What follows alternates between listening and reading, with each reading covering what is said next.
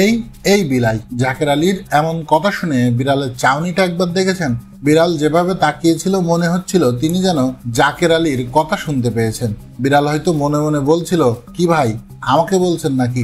Side স্ক্রিনের সামনে বিড়াল থাকার কারণে জাকের আলী ব্যাটিং করতে পারছিলেন না। পরে একজন বিড়ালটাকে তাড়িয়ে দেয় এবং পরে ব্যাটিং করে বাংলাদেশকে জিতিয়ে মাঠ ছাড়েন এই ব্যাটসম্যান।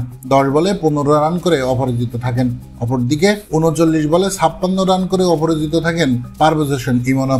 তাতে বাংলাদেশ 7 উইকেটের বড় জয় পায়। আর এই জয়ে দীর্ঘ 9 বছর পর খরা কাটল বাংলাদেশের। হ্যাঁ দর্শক, মোস্তাফিজুর রহমান এবং তাসকিন আহমেদের দুর্দান্ত বোলিং এর সুবাদে 110 রানে গুটিয়ে যায় পাকিস্তান। আর পারভেজ হোসেন ইমনের দায়িত্বশীল ব্যাটিং এ দীর্ঘ 9 বছর পর পাকিস্তানের বিপক্ষে জয় পেল বাংলাদেশ। এই জয়ে 3 ম্যাচের টি-20 সিরিজে 1-0 এগিয়ে গেল টাইগাররা। প্রিয় দর্শক, বিড়ালের সেই মুহূর্ত আপনারা কেমন উপভোগ করেছেন তা কমেন্টে অবশ্যই জানিয়ে যাবেন।